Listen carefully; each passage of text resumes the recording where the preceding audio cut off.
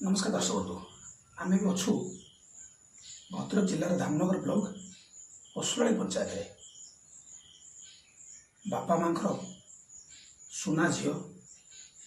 धामनगर माटीर गौरव जी छोट पिला हेले मध्य गोटे महान काम संसार को शिखेला भली आज से आम मान को दान कर एमती किसी कम जे कि पिला बेलू तांकर कौन मन भर आसला कहीं से एमती गोटे मन भर भाविने जे कैंसर रोगी की चुटी की निज चुटी की दान करते कहीं दान कले कौन मन भर थिला आहरी पिला बेलू तांकर बहुत प्रतिभा आम मैंने देखी जहाँकि आम आम टीवी पर्दार आपको देखू पिला बेलू छोट छोट पिला चॉकलेट दबा गरीब अनाथ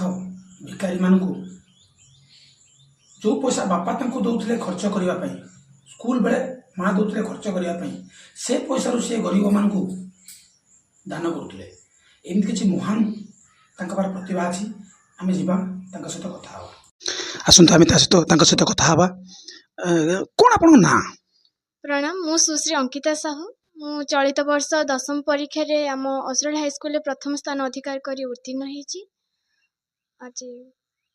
कौन कहे आपण मन भर केमी गोटे केवे एमती मन भर चिंताधारा आसला आम बर्तमान बर्तमान चर्चित चेहरा आकार बर्तमान ओडिशावासी आपण मानक झुरुचंती कौन आपण ओडिशावासी की कहे आउ कौन आपण बयस पिला मानक कहे केमी आप चुटी दान कले केमी आप मन भर आसला प्रथमे तो मोर छोट बेल ही गोटे माने आशा भली थिला कि मु भविष्य रे जहाँ भी हुए मोर पेशा जहाँ भी होना कहीं निशा तो केवल सेवारे ही रहिबो जेते बेले मु छोट छोट पिला मानकु देखे सेमानक अवस्था को आदिवासी किंबा मोर आम एरिया रे किछि पिला अछंती जो माने कि दुर्बल श्रेणी से मानकु देखे मो मन भितर इच्छा हुए कि मु तांको किछि तो साहाय्य करि पारे मु स्कूल जीवा बाटर भी देखे परे मु जेते बेले 10वीं परीक्षा दे सारली मते जो 4 मास समय मिलला सेथिरे मो बाबा सहित कथा है कि ना बाबा एमती तांको देले हुअंतानी तापरे आमे पुनी कथा है कि घरे बाबा मां सहित कथा है कि पिला मानको खाता पेन चॉकलेट एमती तांको बहुत सारा कि पाठ पढ़ तुमे माने कहिना आजिर समय रे शिक्षार मूल्य बहुत से मानको एमती बुझी कि मु फेरी थिले तापरे मु 3 वर्ष हेलाणी माने भाबिलेनी कि मु चुटी जदि दियंती जो कैंसर पेशेंट माने केमो नौछंती तांकर जो चुटीटा झड़ी जाउची जदि मो चुटी जाई कि का मोर हसर कारण साजिबो ताले केमती होंता मु घरे जणई थिली तापरे ए 10वीं परीक्षा परे परे मु बाबांक सहित मु बाबा मु चुटी देबी कोन केमती मु निजे कांटेक्ट करिबे आपण केवल जदि हां कहिबे ताले मु देबी से बाबा कहले ठीक अछि तू कांटेक्ट कर दे किछि कथा नाही तो चुटी जदि जाई कि कहा हसर कारण साजुची ताले एटा मो पई भी भलो कथा गोटे बड़ कथा ସେଥିପାଇଁ ମୁଁ ଆଜି ମୋର 12 इंच ଚୁଟିକୁ କାଟିକି 18 तारिख दिन ମୁଁ ପୋଷ୍ଟାଲରେ ପଠେଇଲି ଯାହା ଭୁବନେଶ୍ୱର ଶୋଭା ଟ୍ରଷ୍ଟ ମାଧ୍ୟମରେ ମୁମ୍ବାଇ ଚାରିଟେବଲ୍ ଟ୍ରଷ୍ଟ ହାଇଦ୍ରାବାଦକୁ ଦିଆଯିବ ମଦର ଚାରିଟେବଲ୍ ଟ୍ରଷ୍ଟ ସେଇଟା ମୋତେ ବହୁତ ଖୁସି ଲାଗୁଛି ଏଇଟା କାହା ଖୁସିର କାରଣ ସାଜିବ केमिति आपण इन्स्पायर हेतिले आपणक मन मन इन्स्पायर हेतिले ना बापा मां मन इन्स्पायर हेतिले ना कहार एटा कोड परिवेश देखिक इन्स्पायर हेतिले नहीं प्रेरणार उत्स तो सब जगार मिल पार मेन कथा है प्रथमे गोटे संस्कार थाए घरे जो संस्कारटा शिखाती पिला मानकु सेटा ही तांको भविष्य रे साथ दिए आज आम ये पाठटा पढ़ुचंती काली के से पाठ परिवर्तन है कि आउ को ल आसिक पहुँचब आउ को वैज्ञानिक आउ कौन बाहर करेंगे कि से शिक्षार जी मूल्य ना मूल्य अच्छी अपेक्षा घरे शिखा संस्कार मो बाबा माँ मते जेतिकी संस्कार देइथिले सेटा बोधे मु भाबुची मोर आज काम रे आसी मो गुरुजी मानकर आशीर्वाद प्रथमे तो मो शिक्षक मानकर से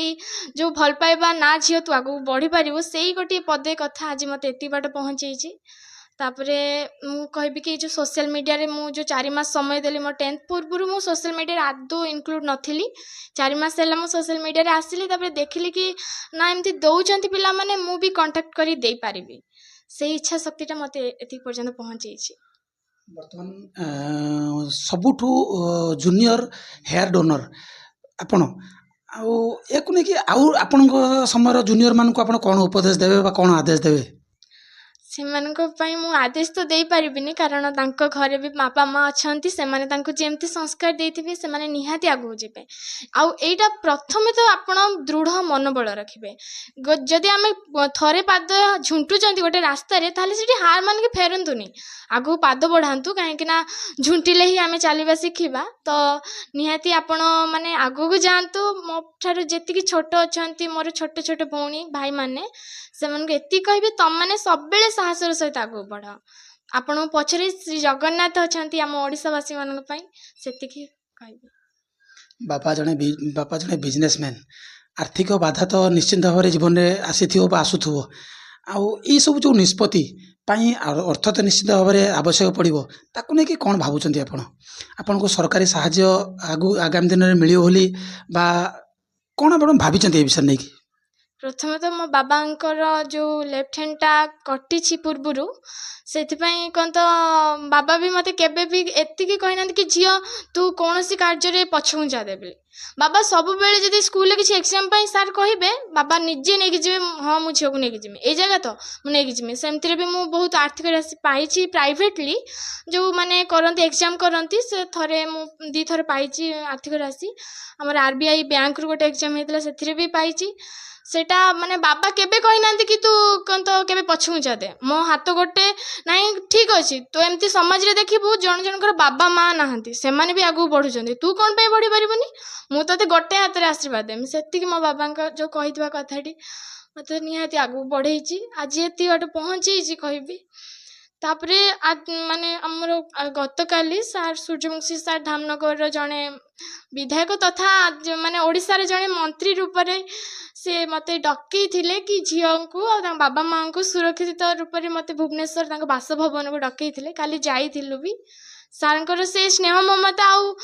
ସେତିକି ଭଲ ପାଇବା କି ଝିଅ ତୁ ମାନେ ମୁଁ ତାଙ୍କ ପାଇଁ ଗୋଟେ ନେଇକି ଯାଇଥିଲି ଜଗନ୍ନାଥଙ୍କ ମୂର୍ତ୍ତି ଭଳି ଛୋଟ ଜିନିଷଟେ, କିନ୍ତୁ ସାର୍ ତାକୁ ବହୁତ ଆଦରରେ ଗ୍ରହଣ କଲେ।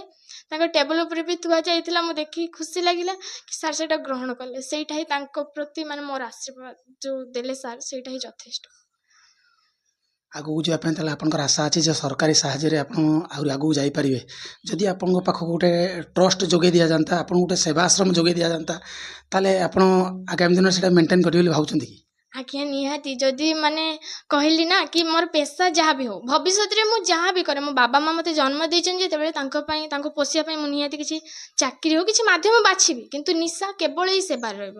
ଯଦି ବି ମୋତେ ଯୋଗେଇକି ନ ଦିଆଯାଏ, ସେଥିରେ କିଛି ନାହିଁ। ମୁଁ ଯଦି ମୋ ପାଦରେ ଛିଡ଼ା ହେଲି ନା, ତାହେଲେ ମୁଁ ନିଶ୍ଚିତ ଏ ସମାଜର ଗରିବ ଯେଉଁମାନେ ପାଇବା ଯୋଗ୍ୟ, ସେମାନଙ୍କୁ ନିହାତି ଯୋଗେଇ ଦେବି ସେବା। ଏତିକି ତ ମୁଁ କହିବି ନିହାତି।